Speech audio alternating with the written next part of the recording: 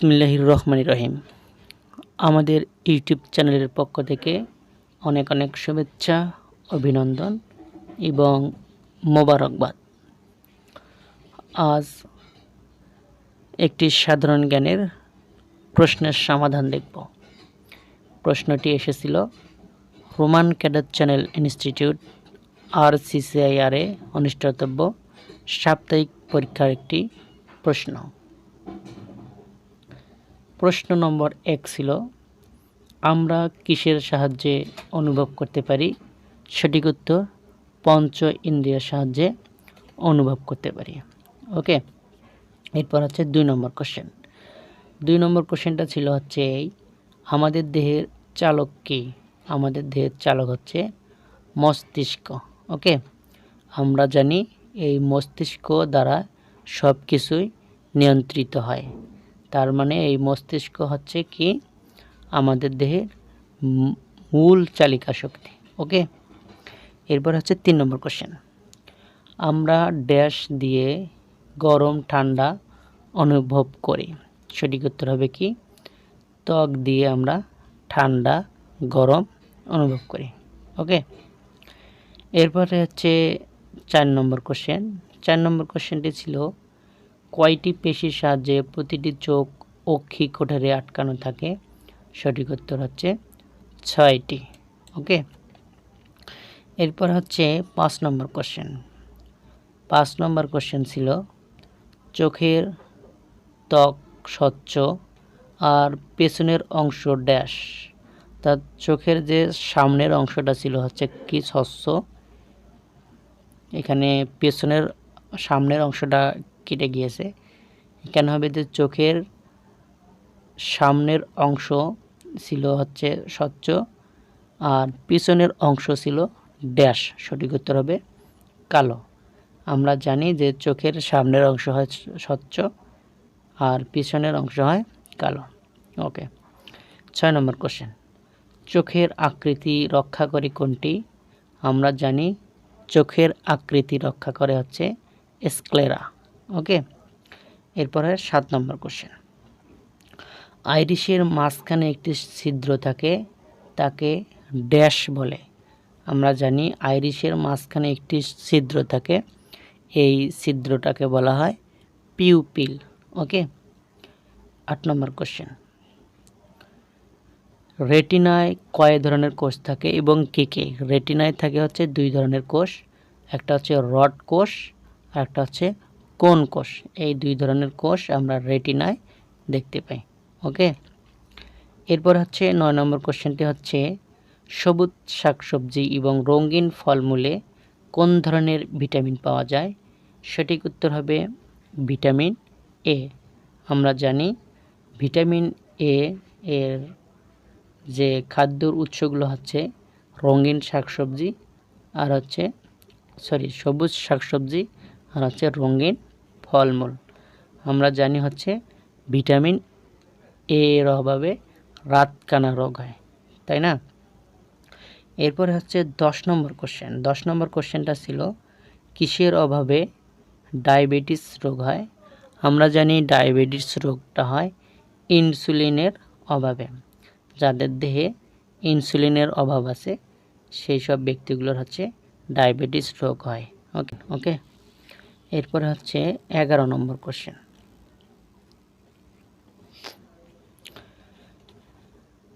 11 নম্বর কোশ্চেনটা ছিল এই যে, কাঁদুনে গ্যাসের অপর নাম কি? কাঁদুনে গ্যাসের অপর নাম টিয়ার শেল বা টিয়ার গ্যাস অথবা ক্লোরোপিক্রেন। এটা হচ্ছে কাঁদুনে গ্যাসের নাম। ওকে, কাঁদুনে গ্যাসটা কাদের কাছে সবচেয়ে বেশি দেখা যায়?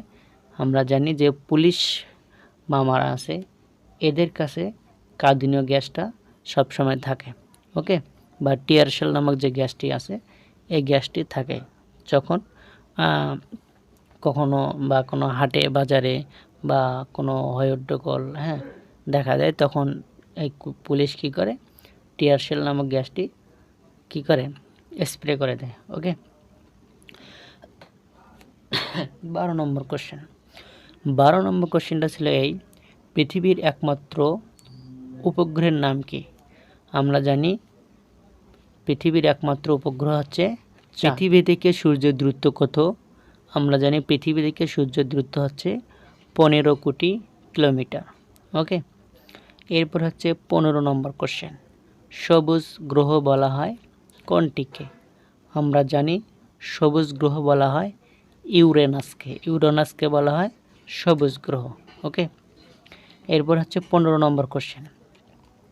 সূর্যের সবচেয়ে ছোট গ্রহটির নাম কি? সূর্যের সবচেয়ে ছোট গ্রহটির নাম হচ্ছে বুধ। এই বুধ গ্রহটা হচ্ছে সবচেয়ে ছোট এবং সূর্যের নিকটবর্তী গ্রহ। ওকে, আর আমরা জানি যে আমাদের যে পৃথিবীটা আছে, এই পৃথিবীটা নামক গ্রহটা হচ্ছে সূর্যের তৃতীয়তম গ্রহ। ওকে, অর্থাৎ সূর্য থেকে তৃতীয়তম গ্রহ অবস্থান করতেছে আমাদের পৃথিবী। ওকে, এরপর হচ্ছে 16 নম্বর কোশ্চেন। মেসোপটেমিয়া বা মেসোপটেমিয়া সভ্যতা কোন নদীর তীরে অবস্থিত? বা মেসোপটেমিয়া সভ্যতা কোন নদীর তীরে গড়ে উঠেছে? আমরা জানি টাইগ্রিস ও ইউফ্রেটিস নদীর তীরে মেসোপটেমিয়া সভ্যতাটি গড়ে উঠেছে। 17 নম্বর কোশ্চেন। 17 নম্বর কোশ্চেনটা ছিল এই, ঢাকাই শাড়ি বোনা হয় কোন এলাকায়? আমরা জানি ঢাকাই শাড়ি একটা বিখ্যাত শাড়ি। এই শাড়িটা বোনা হয় ঢাকার ডেমরা এলাকায়। হ্যাঁ, ঢাকার ডেমরা এলাকায় এই ঢাকাই শাড়িটা বোনা হয়। এই শাড়িটা বনে কারা? তাঁতিরা। ওকে, ঢাকার ডেমরা এলাকার তাঁতিরা সেই ঢাকাই শাড়ি বনে। ওকে, এরপরে 18 নম্বর কোশ্চেনটা ছিল এই যে শীতল পাটি পাওয়া যায় কোথায়? শীতল পাটি পাওয়া যায় হচ্ছে সিলেটে। কোথায়? সিলেটে। শীতল পাটি পাওয়া যায় কোথায়? সিলেটে। ওকে, এরপরে কোশ্চেনটা হচ্ছে আদিম সমাজের মেয়েরা কি করতো? এখানে করস হয়ে গেছে, এটা হবে করত। যে আদিম সমাজের মেয়েরা কি করত? সঠিক উত্তর হবে ফলমূল সংগ্রহ করত। আদিম সমাজের মানুষেরা কি করত? ফলমূল সংগ্রহ করত। ওকে, এরপরে কোশ্চেনটা হচ্ছে 20 নম্বর কোশ্চেন। সমাজের পরিবর্তনকে কয় ভাগে ভাগ করা যায়? আমরা জানি সমাজের পরিবর্তনকে 6টি ভাগে ভাগ করা যায়। ওকে, 21 নম্বর কোশ্চেন। 21 নম্বর কোশ্চেনটা ছিল হচ্ছে জাতীয় সংসদের আসন সংখ্যা কতটি? আমরা জানি জাতীয় সংসদ ভবন এর আসন সংখ্যা হচ্ছে 350টি। 350টি আসনের মধ্যে এই যে 50টি দেখতে পাচ্ছেন, এই 50টি আসন হচ্ছে মহিলাদের জন্য সংরক্ষিত, তাই তো? মহিলাদের জন্য, অর্থাৎ এটাও কোশ্চেন আসতে পারে যে জাতীয় সংসদের মহিলাদের জন্য সংরক্ষিত আসন কতটি? সঠিক উত্তর হবে 50টি। ওকে, এরপর হচ্ছে 22 নম্বর কোশ্চেন। জাতীয় সংসদ ভবনের স্থপতি কে? জাতীয় সংসদ ভবনের স্থপতি হচ্ছে লুই আইকান। এরপর হচ্ছে 23 নম্বর কোশ্চেন। 23 নম্বর কোশ্চেনটা ছিল হচ্ছে বাংলাদেশের বর্তমান সিটি কর্পোরেশন কতটি? আমরা জানি বাংলাদেশের বর্তমান সিটি কর্পোরেশন হচ্ছে 12টি। কয়টি? 12টি হচ্ছে বাংলাদেশের বর্তমান সিটি কর্পোরেশন। ওকে, এরপর হচ্ছে 24 নম্বর কোশ্চেন। বাংলাদেশের বর্তমান আয়তন কত? আমরা জানি বাংলাদেশের বর্তমান আয়তন 1,47,610 বর্গ কিলোমিটার। এটা হচ্ছে বর্তমান বাংলাদেশের আয়তন। ওকে, 25 নম্বর কোশ্চেন। বাংলাদেশের প্রথম প্রধানমন্ত্রীকে? আমরা জানি বাংলাদেশের অর্থাৎ মুজিবনগর সরকারের প্রথম প্রধানমন্ত্রী হচ্ছে তাজউদ্দিন আহমদ। ওকে, এই তাজউদ্দিন আহমদ হচ্ছে বাংলাদেশের প্রথম প্রধানমন্ত্রী। ওকে, এরপর 26 নম্বর কোশ্চেন। 26 নম্বর কোশ্চেনটা বলা হয়েছে যে প্রধানমন্ত্রীর বাসভবনের নাম কি? আমরা জানি হচ্ছে প্রধানমন্ত্রীর বাসভবনের নাম হচ্ছে গণভবন। ওকে, আর রাষ্ট্রপতির যে বাসভবন আছে, এই রাষ্ট্রপতির বাসভবনটাকে বলা হয় বঙ্গভবন। ওকে, এটা মোস্ট ইম্পর্টেন্ট কোশ্চেন যে প্রধানমন্ত্রীর বাসভবনের নাম কি।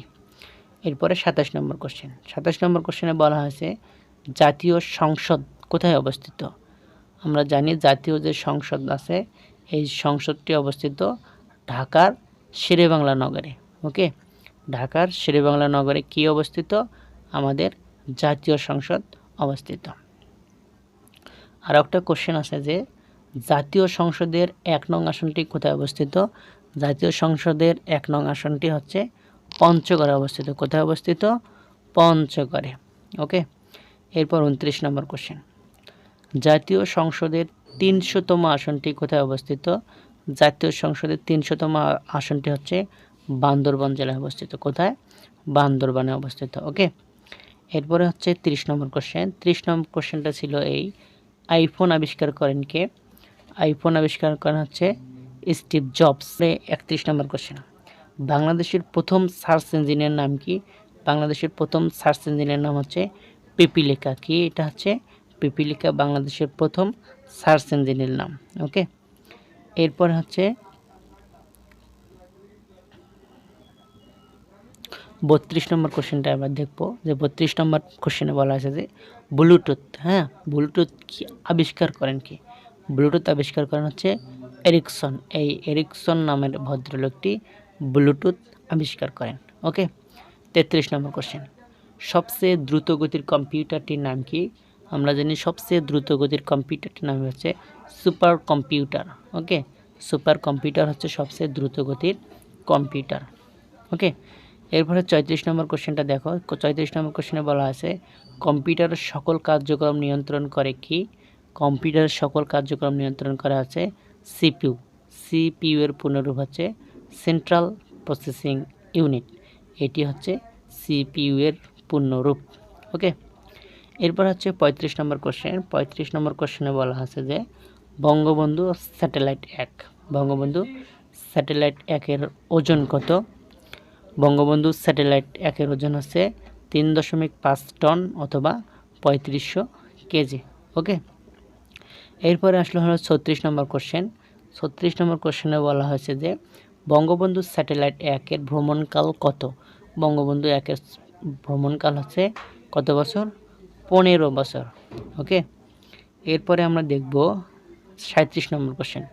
37 নম্বর কোশ্চেনে বলা আছে আবারও যে বঙ্গবন্ধু স্যাটেলাইট 1 এর উৎক্ষেপণ করা হয় কবে?